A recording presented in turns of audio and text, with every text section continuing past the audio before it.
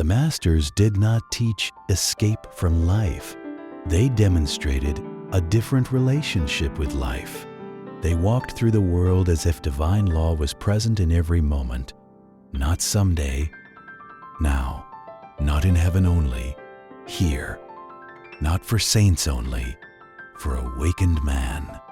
And that is where the book becomes personal, because the reader eventually has to stop asking, "Did this happen?"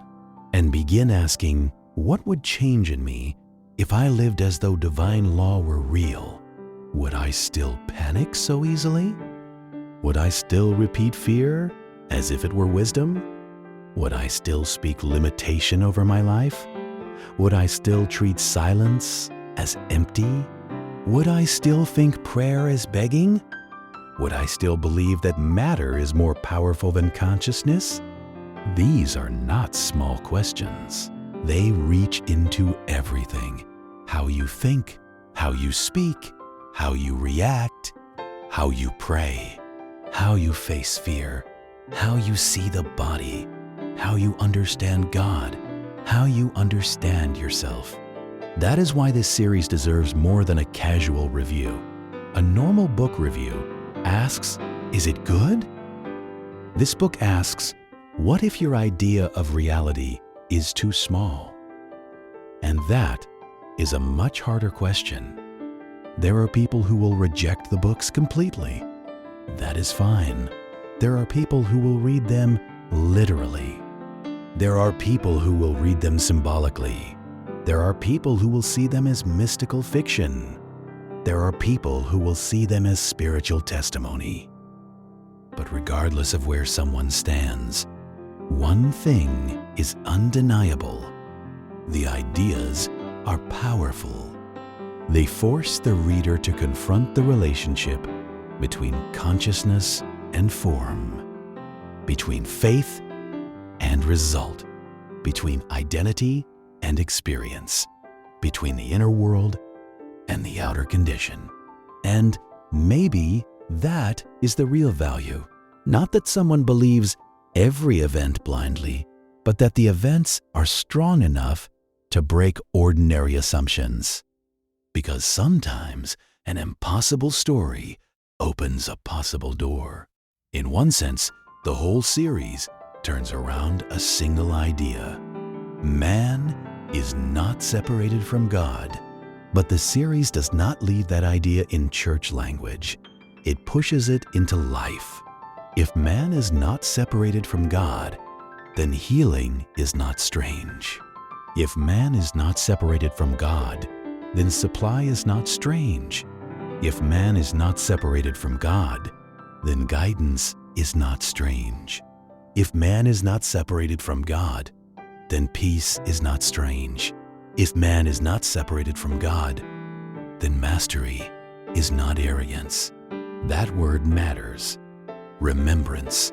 The masters are not shown as becoming divine. They are shown as remembering what man truly is. And the travelers are not merely watching miracles. They are watching a different identity being lived. That is why the book still has power. Because deep down, many people are exhausted by surface living. They have chased success and still feel empty. They have collected information and still feel confused. They have repeated religious words and still feel disconnected. They have followed systems and still feel powerless. And then a book like this appears and says, the answer is not more noise. The answer is realization. But kingdom is within. Be still and know. Ask from certainty. Think in the heart. Speak from the divine center. Not as poetry, as law. That is provocative, because it suggests that spirituality is not meant to be decoration. It is meant to be demonstration, not performance. Demonstration. A life changed, a mind quieted, a body renewed, a fear dissolved, a need met, a person restored to inner authority. That is the measure. And perhaps this is where modern spirituality often loses power. It talks endlessly. It posts beautiful phrases. It collects quotes. It admires wisdom. But the masters were not interested in admiration. They pointed toward embodiment. A teaching is not fully known until it is lived. A scripture is not fully understood until it becomes action. A truth is not fully accepted until it changes perception. That is why these recorded events matter. They do not simply tell us what the masters believed. They show what belief becomes when it is undivided. And that may be the real secret. Undividedness. No inner argument. No hidden contradiction. No saying, "I trust," while expecting failure. No saying, "God is within," while living as abandoned. No saying, "All things are possible," while worshiping impossibility. The Master's power appears to come from unity. Thought, feeling, word, and action, moving as one. Most people live fragmented. They think one thing, feel another, say another, do another, then wonder why life feels scattered.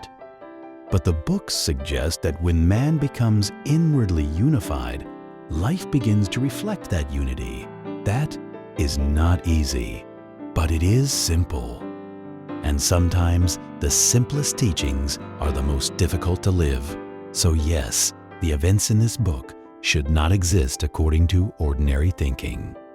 Men appearing beyond normal limits, provision appearing where there was none, bodies responding to spoken truth, distance losing its power, fear dissolving in the presence of certainty, matter behaving as though consciousness has authority. These events should not exist, but they were recorded, and whether you accept them literally or wrestle with them symbolically, they leave behind the same question. What if human limitation is not the final truth? What if the life we call normal is only a reduced version of what is possible? What if the masters were not showing exceptions, but forgotten laws?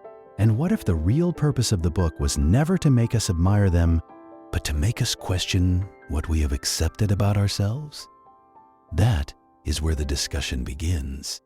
Because the most dangerous idea in the series is not that the masters performed miracles. The most dangerous idea is that they said the same divine principle lives in every person.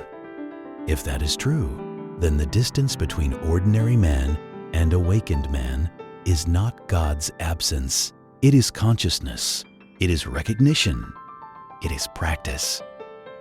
It is willingness. It is the courage to stop living only from appearances and begin living from the source within.